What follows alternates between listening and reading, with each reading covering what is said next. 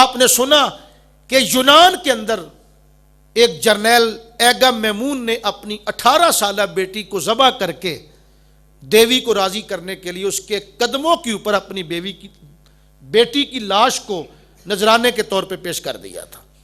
آپ نے سنا یونان کی یہ تاریخ ہے۔ آپ نے عرب کے بارے میں بھی سنا کہ بچیوں کو زندہ درگور کیا جاتا رہا، لیکن دیکھو میرے کریم آقا علیہ الصلوۃ والسلام نے کتنا کرم کیا۔ حضور ارشاد فرماتے من آل جاریتین حتی تبلغا جاء یوم القیامت آنا و ہوا وضم اصابعہ او کما قال۔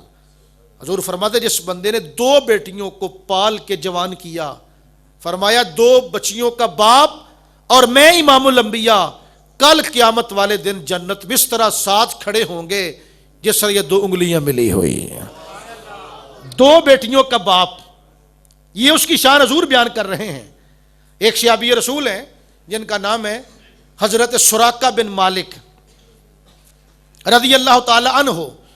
میرے کریم آقا نے ایک دن ان کو فرمایا الا ادلکا یا هل ادلکا الی اعظم الصدقۃ او من اعظم الصدقہ قال بلا قال ابنتک المردودۃ الیک لیس لها کاسب غیرک او کما قال۔ حضور ارشاد فرماتے ہیں میرے غلام میں تمہیں ایک ایسے صدقے کے بارے میں خبر نہ دوں جس کی جزا سب سے زیادہ اللہ تعالیٰ کرے گا؟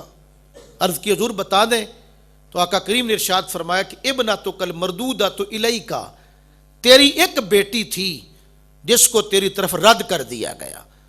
یہ خوشخبری صرف سراقہ بن مالک کے لیے نہیں، قیامت تک آنے والے ہر غریب باپ مسلمان کے لیے یہ بشارت کا دروازہ قیامت کی صبح تک کھلا ہی رہے گا۔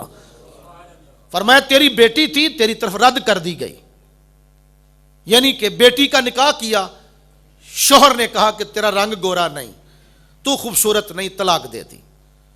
ساس نے کہا کہ تجھے کوئی سلیقہ نہیں، اور نندوں نے کہا کہ تو جہیز نہیں لے کے آئی، کوئی وجہ بن گئی، البتہ اس کی بچی کو طلاق ہو گئی۔